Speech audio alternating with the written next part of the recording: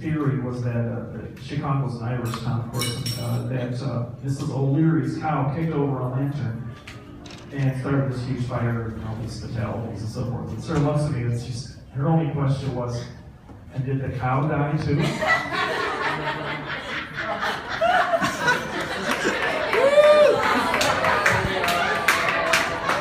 So Sarah's an animal lover, and now you know how she loves her Bronco. And then another funny experience I remember was, again, for the larger extended family here, my wife said we were going to the beach for many years. Used to be North Carolina, more recent years is Florida. And there was one year when the girls were quite young, and my daughter Mary, sitting to my left here, probably 2 or 3, very young girl at the time. Unfortunately, she got lost on the beach for a good hour or two, and we thought we lost her. She was kidnapped, and what happened. And luckily, by God's providence, she was recovered by Rita, my wife's sister. But in the interim, we were all sweating bullets, and we were convinced we had lost our little girl, Mary. And Sarah came over, and she was a couple years older, and she said, "Dad, I think I saw a shark eat her."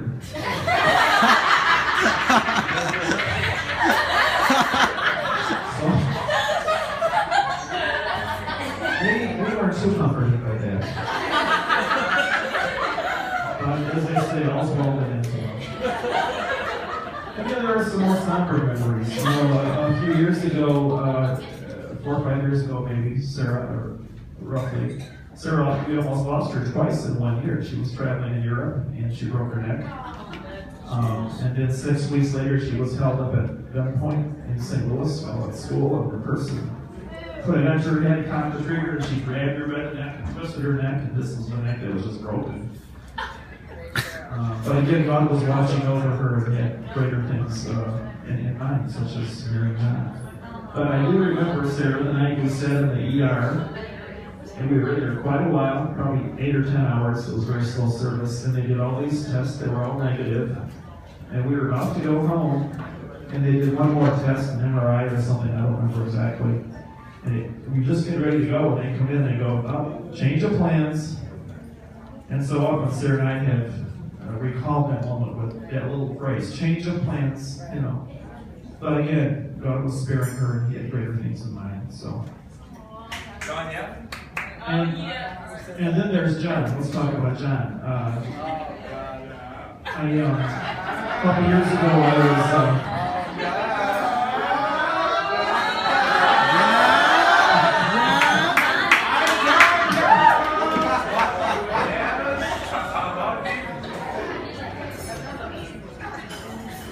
You know, the role of a father and the role of a husband are somewhat similar. Of course, they're also very different roles. But one way in which they're similar is that I have been her protector all these years, and now John is her protector. And John, so I'm handing off the baton to John today. I already did, I guess, a couple hours ago. And I know that he will do a much better job than I. He loves her, she loves him. It's a wonderful thing. But I know that I recall meeting John a few years ago. We had dated for a few years. And in the year 2012, it was late in the year, I was working down in Dallas, spending about a week here. And this before Sarah had moved down here. She's still living in Chicago. And I met John for dinner. It was just the two of us. He was a very great man to go out, and just the two of us. And we went out to dinner. One thing we discovered, we were wearing the exact same watch, which I'm wearing tonight. So I thought, this has to be the right guy.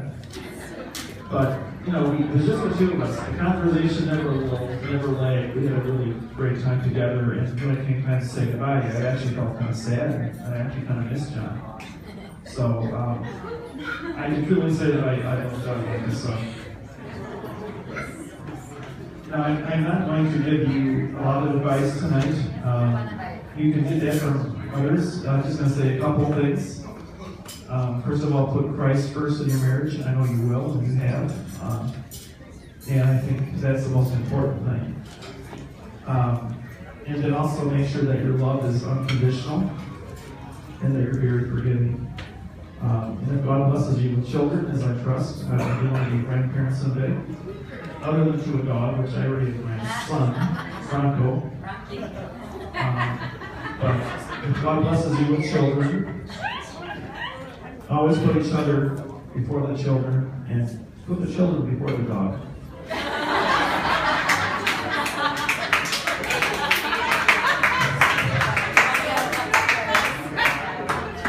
Now, you realize when you get to my age how quickly time goes and how short life is. And I'm sitting here tonight, this is a very emotional moment. Kind of mixed emotions, it's really wonderful though. But it won't be long before you'll be standing here giving away one of your kids. Time goes so fast. I know that you will all agree what a beautiful, wonderful daughter I have. But I'm not going to threaten my wife to stand up briefly. Stand up. And Marcel. Yeah, Auntie! Stand up with me. Auntie! Oh.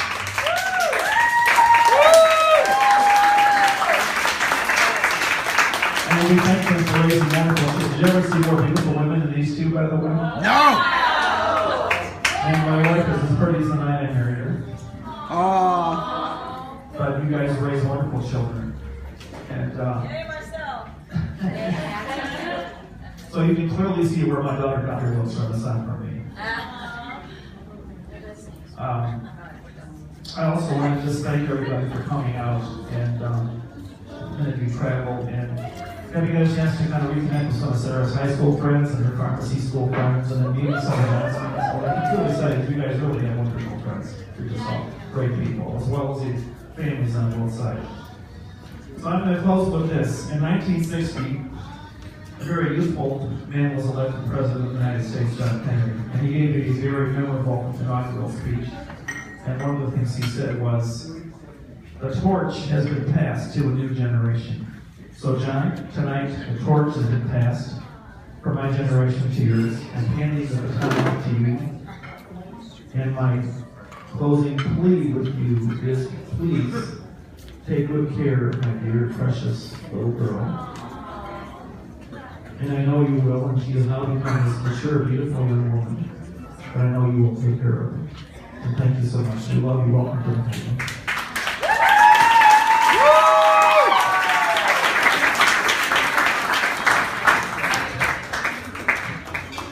Give her a kiss!